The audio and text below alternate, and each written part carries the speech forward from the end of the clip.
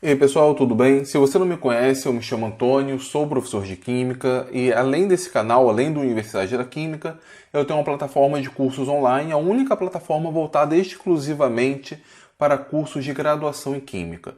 Lá já temos vários cursos, Química Geral, Química Orgânica, Química Inorgânica, Físico-Química.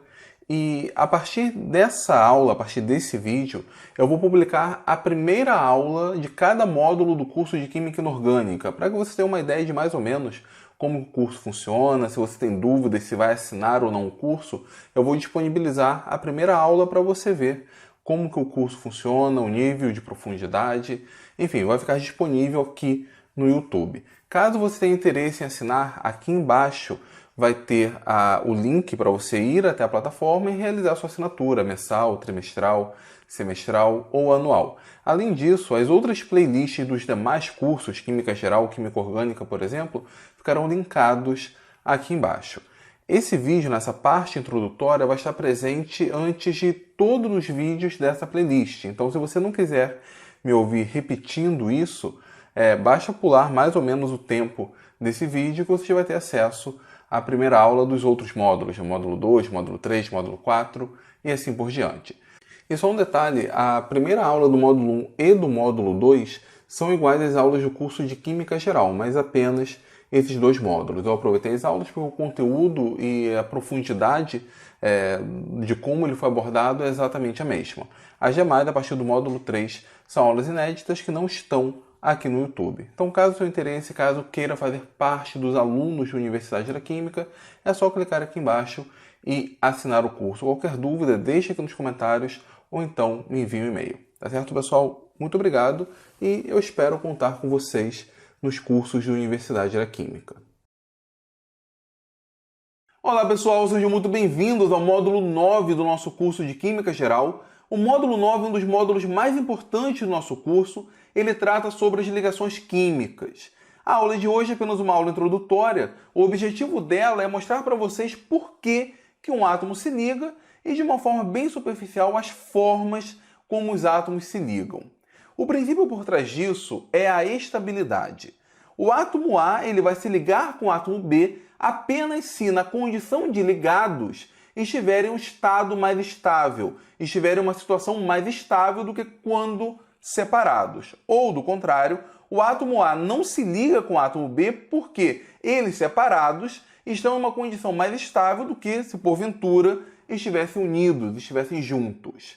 E um parâmetro muito importante na hora de avaliar se um determinado processo vai ser espontâneo, ou seja, vai ocorrer com uma redução da energia do universo como um todo, é a variação da energia livre de Gibbs. Nós vimos isso lá no módulo de termodinâmica, que uma variação negativa na energia livre de Gibbs corresponde ao aumento da entropia total. A entropia total é a entropia do sistema mais as vizinhanças. Então, um processo será espontâneo se o ΔG for negativo, ou não será espontâneo se o ΔG for positivo.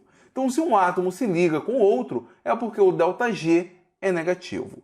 Quando nós olhamos a fórmula do ΔG, aliás, uma das fórmulas do ΔG, ele pode ser decomposto em dois parâmetros. O ΔH, a variação da entalpia, e o ΔS, a variação da entropia. Qualquer processo em que o átomo acaba se ligando com outro, nós estamos organizando mais o sistema. A consequência disso é que a variação da entropia será negativa. O sistema final estará mais organizado que o sistema inicial. Então, qualquer processo de ligação química tem um ΔS do sistema. Eu falei anteriormente o ΔS total. Aqui a discussão é sobre o ΔS do sistema. O ΔS do sistema, quando um átomo se liga, sempre vai ser negativo. Portanto, como ele multiplica menos T e a temperatura é a temperatura absoluta, esse termo será positivo.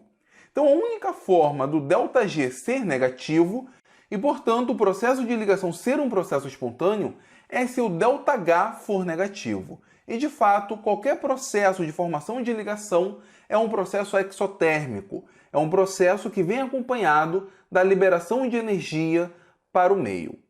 Isso nós vimos lá no módulo de termodinâmica, quando nós trabalhamos o conceito de energia, ou melhor, entalpia de ligação.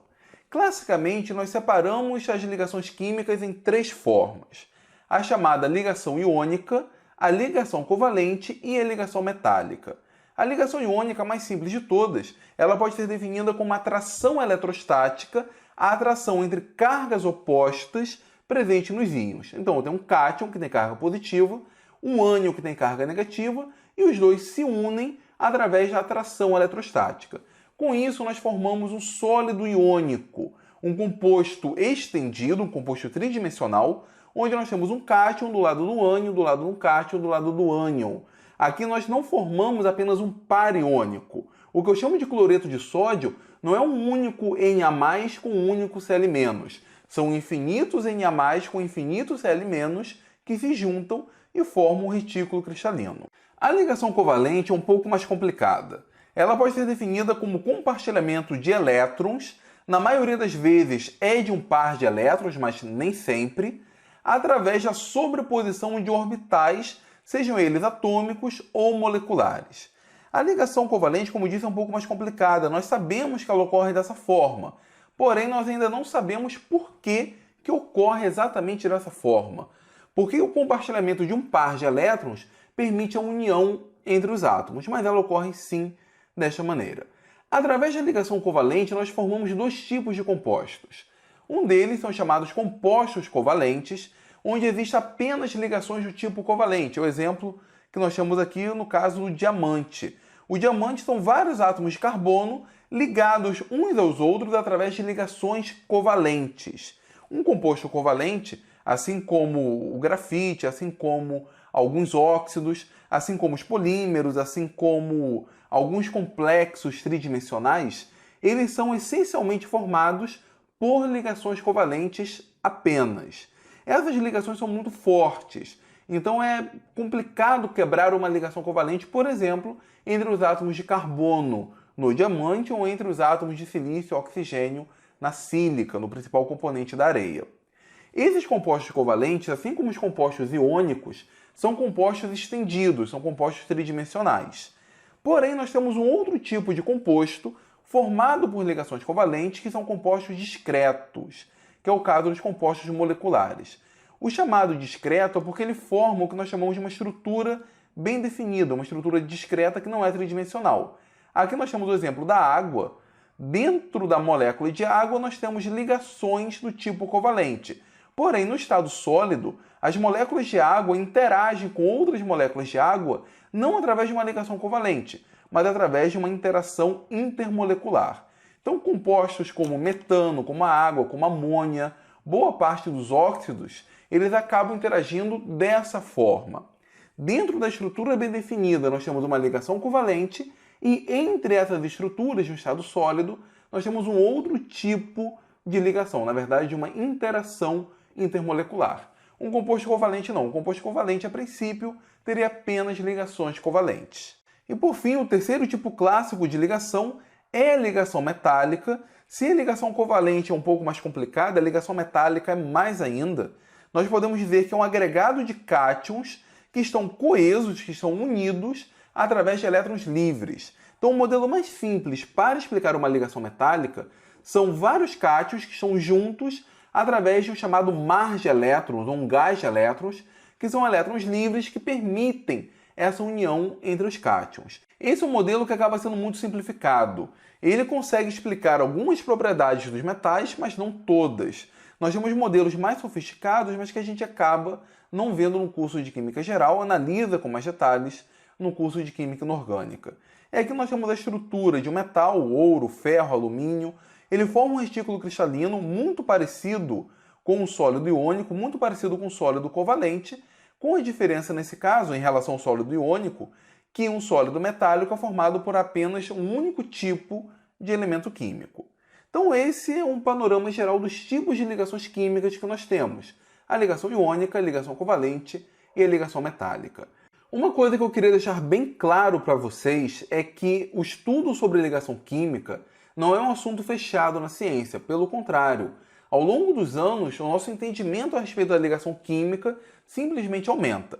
Então a gente vai estudar as formas clássicas de se descrever uma ligação química, mas tenham bem em mente que esse não é um assunto absoluto.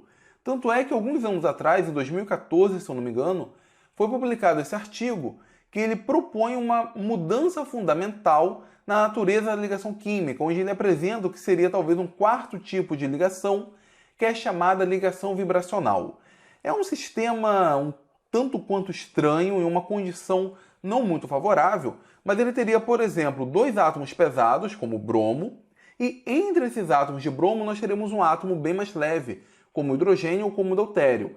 E esse hidrogênio ficaria vibrando entre esses dois núcleos pesados. Isso iria conferir maior estabilidade para esse sistema, ele estaria ligado e isso estaria associado a uma situação de energia mais baixa. Esse, entretanto, pessoal, não é um tipo de ligação natural, não é um tipo de ligação comum, mas eles conseguiram criar um sistema onde nós temos dois núcleos de bromo separados aqui por uma distância considerável, 6,16 angstrom, porém eles estão ligados através de um átomo que está entre eles e que está vibrando. Esse artigo, no entanto, mostra para a gente que o nosso entendimento sobre ligação química não está fechado. Nós temos novas propostas, nós temos novos modelos e o nosso entendimento, como disse, aumenta a cada ano. A partir da próxima aula, nós vamos estudar cada um desses modelos clássicos de ligação de forma mais aprofundada. E, especificamente, na próxima aula, nós vamos começar a falar sobre a ligação iônica.